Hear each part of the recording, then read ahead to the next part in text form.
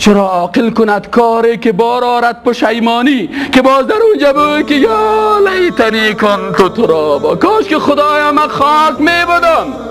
او عالمی که تو را میگه که برو در زیارت سجده و رکوع بکن، میری از یخنش میگیری که عالم در غضب خدا شوی چرا این کار کردی، و او عالم در زنجیرها تو داده شده به طرف دوزخ کشانده میشه، چون عالم وظیفهش است که مردم ارتباطش با ذات ذوالجلال مستحکم بسازه. او مردم خدایتان یکیست، او مردم شفا دهنده خداست، او نابینا چشم تو را خدای عزوجل بینا میکنه.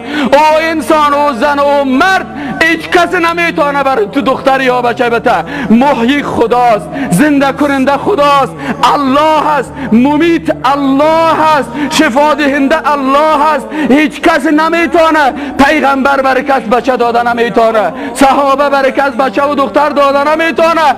لا اله الا الله را در قلبت جای بده، ما سوی الله را از قلبت بکش. اگر تو محبت اونا را داری، محبت پیغمبر ایست که تو متابعت راه پیغمبر را بکنی.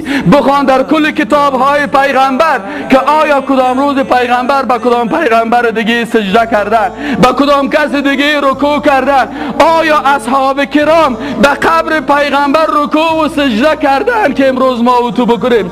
او مردم بترسین از خدا، نکنین این ملت بیچاره را، این ملت فقیر را، این ملت مظلوم را که از یک طرف روزها اینا را بسیار شهید ساخت و برباد ساخت. امروز امریکایا و صهیونیستای قاتل بر از اینا مؤسسات کفری را جور میکنه و اینا را مسیحی میسازن، در هر منطقه میبرن. شما از برای خدا این ملت بیچاره و بیسواد من حیث عالم دین، من حیث طرفدارای خدا به گمراهی و غلطی نبرین. بلیاز خدا شما علمای اسلام قرآن بر مردم درس بدین، کتاب خدا را درس بدین. نجات در قرآن است، نجات در سنت پیغمبر خداست، نجات در طوق پرستی نیست، نجات در قبر پرستی نیست، نجات در نوروز نیست.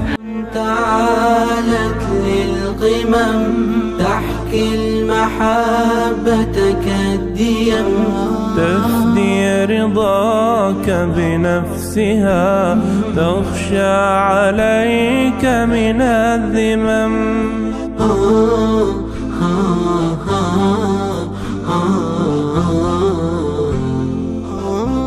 نجات در مرده پرستی نیست، نجات در میخ زدن نیست. بفهمانین زنهای بیچاره‌تانه، بگوین که کفتر شاهد شمشیره کس را زنده و مرده کردن نمیتونه، کفتر ماهی ها کس را زنده و مرده کردن نمیتونه. تو مخلوق مکرم هستی، تو با عزت هستی، تو مسلمان خداوند عزت داده، تو مسلمان خلیفه خدا در روی زمین هستی. خدا تو را خلیفه خود در روی زمین ساخته که حکم خدا را بالای خود و بالای فامیل و بالای مردم تطبیق بکنی. اینی هست راه دین.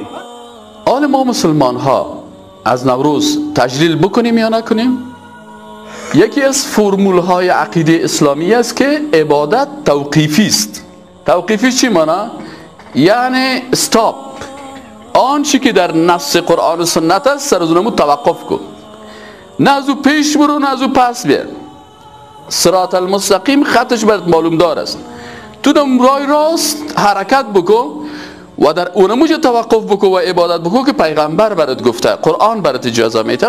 اما از دل خود عبادت ساختن، پس اگر کسی میگه که در نوروز کدام چیز عبادت است، پس ما باید آیتی از قرآن داشته باشیم و حدیث از رسول الله صلی الله علیه و سلم داشته باشیم که متاسفانه در این کار که در نوروز عبادتی وجود داره، از پیغمبر صلی الله علیه و سلم حدیث در شأن عبادتش وجود نداره، بلکه به حدیث دیگه است که بازم میخوانیم که برعکسش پیغمبر منع کرده. دوستای عزیزی که به قصد که ثواب داره و عبادت داره، برشان میگیم که ثواب چیزی داره که پیغمبر گفته باشه که او عبادت است، قرآن گفته باشه عبادت است، شیشتن مسجد عبادت است. کی گفته؟ پیغمبر گفته. نماز خواندن عبادت است. کی گفته؟ پیغمبر گفته. سجده به الله عبادت است. کی گفته؟ قرآن و سنت گفتن. پس اگر سند داشتیم عبادت است. وقتی که سند نداشتیم، هر چیزی که در دین نآورده میشه او را باز بدعت میگن و کل بدعت ضلاله، و هر نوآوری در دین گمراهی هست. پس دوستان عزیز، شما چرا خدای ناخواسته وطندارای عزیزم، دوستای محترم ما، حتی کسانی که از افغانستان نیستین، از دیگه کشورها هستین، عیفتان نکرده که خود گناهگار میسازین، میخواین که یک عبادت بکنین؟ الله در چیز خوش میشه که الله گفته ولکم فی رسول الله اسوة حسنه، رهبرتان الگویتان رسول الله صلی الله علیه و سلم است. آیا پیامبر صلی الله علیه و سلم از نوروز تجلیل کرده؟ اصحاب کرام کردن؟ ثابت نیست، سند نیست. وقتی که سند نیست، اگر سر از او به زور تحمیل بکنیم، دروغ بگوییم که پیغمبر این کار کرده، پیغمبر میگه من کذب علی متعمدا فلیتبوأ مقعده من النار. کسی که سر من قصدن دروغ بگویه، جایگاه خدا در دوزخ جای بده. پس ما یه حق نداریم، چون پیغمبر صلی الله علیه و سلم نه نوروز تجلیل کرده بلکه منع کرده. بعضی دوستای محترم میگن که ما به قصد عبادت نمی کنیم، به قصد، به خاطر ازی که یک رواج است، کلتور است، عنعنه هست. خب سوال، رواج کی هست؟ رواج زردشتی هست، رواج بهایی هست، رواج قبطی هست و رواج کسایی است که به خدای نور و ظلمت عقیده داشتن. پس من تشبه بقوم فهو منهم. پس انسان نباید مشابهت با غیر مسلمان ها بکنه. درست از فرهنگ نیاکان ماست. کدام نیاکان؟ نیاکانی که بت پرست و آتش پرست بودن، غیر مسلمان بودن. درست از تاریخ کشور ما هست، درست است، ما منکر از این نیستیم. درست از جمشید، لکن جمشید و تحمورس و مچم اینی مردمایی که هستن یا مسلمان نبودن، آتش پرستا بودن. پس ما و شما باید از آنچه که مربوط به ادیان قدیم میشن از او پرهیز بکنیم و برای ما اجازه نیست.